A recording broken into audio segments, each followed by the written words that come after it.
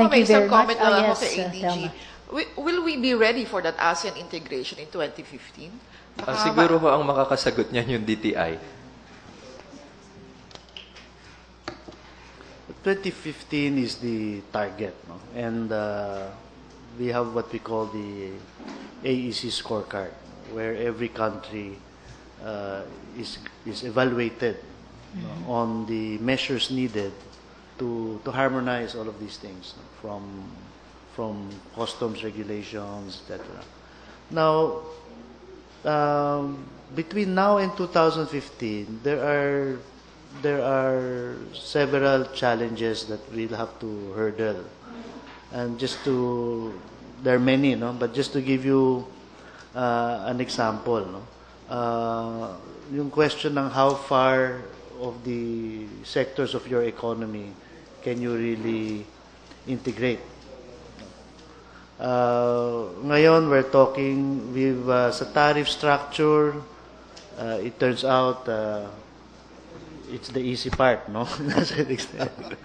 Umpisa yan, mahirap yun. Pero ngayon, ano na eh, 99%, no, of goods within ASEAN have a zero tariff already. So, you really have a free flow of goods, no? So, ang nakikinabang din talaga dyan, mga consumers. Nakikinabang din dyan ating mga manufacturers dahil yung mga raw materials nila na kung dito nang gagaling, mas mura na. So, yung gano'n, no? Ngayon, yung ibang sector, tulad ng services, for instance, no? Doon, iba-ibang level ngayon ang situation ng mga ASEAN member states. Merong iba, tulad natin, merong mga restrictions o constraints sa batas na hindi pwede yung mga foreign or may limitations sa foreign equity ownership, no. Yung iba naman walang ganong restrictions, no. So sa atin depende kung anong gagawin natin ngayon in the next few years to make us prepared for 2015.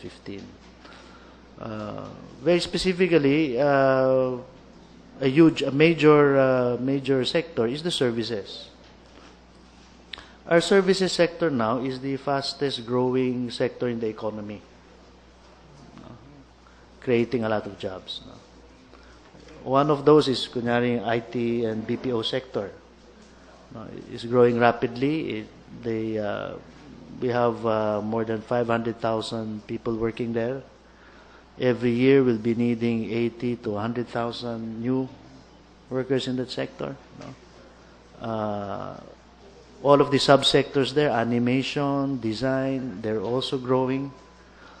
These are the services. These are the knowledge process outsourcing, business process outsourcing. Diba? So in this entire sector, we also have constitutional restrictions there. So when you say an economic community, dapat parang goods, pati services, free-flowing. So that will be, I think, one of the huge challenges. And it will depend on what we do now till 2015, whether we will really be ready for that or not. Thank you. Thank you very much. Yes, Asek. I would like to add, no, si Madjo nagtanong kanina and then it struck me, how far are we in tapping into ASEAN? Actually, ASEAN is the very, very first free trade agreement that the Philippines ever entered, AFTA. And if you look at the goods, no, what used to be about short of 10% of Philippine total trade accounted for ASEAN, right now ASEAN is around 1/5 of our trade in the world. Okay, so they are becoming our partner truly.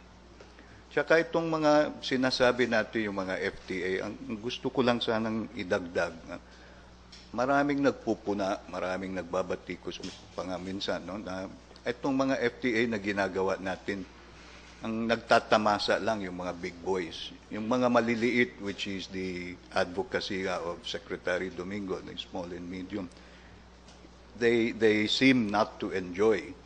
Actually, the DBFTA program that USEC has mentioned just a while ago, has served to discover success stories that can inspire and guide all of us.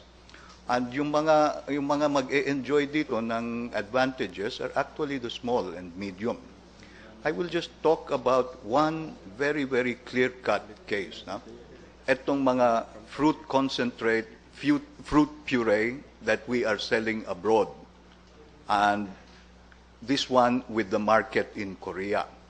So long as your product is what is called that which is obtained by cooking, hindi lang yung piniga, tapos yung katas ay dadaan sa pasteurization, kundi lulutuin para doon lalabas yung... So long as you can do that, then yung tarifa na babayaran ng buyer mo sa Korea, dati 20%, can you imagine? Ngayon, 0, if you can do that. Now, mayroong kumpanya called KLT. This is one of our success stories. General Trias, yung kanilang pabrika, dyan sa Cavite. May linya sila for that production, very clean. They sell in huge drums. Tapos ang nangyayari dyan, they need the input. They need mangga. They need bayabas. Yung mountain guava na sinasabi. They need guyabano. They need passion fruit. So, tumatakbo sila and they come with us on our roadshow all over the country. And then the one we had in Tagaytay, can you imagine? Yung mga mayor pa nung eastern towns of Rizal across Laguna Lake. Akyat sila sa Tagaytay, they listened, and they realized yung mga constituent nila, yung mga backyard farming, ayan, they cannot export yet, but they can enjoy the advantage that the free trade agreement has opened. And that advantage does trickle down. It does not stay purely with the big boys or the medium, but it can also impact the small backyard farmers as well. So this is something, no? Our progress, people criticize and say, diyan lang yan sa taas. Hindi yan pumapatak dito, hindi kami naaambunan.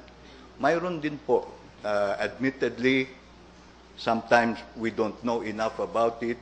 That is why we're trying to disseminate. And we would like partnership with you. We would like partnership with media to spread this message to the people who can really take advantage of it.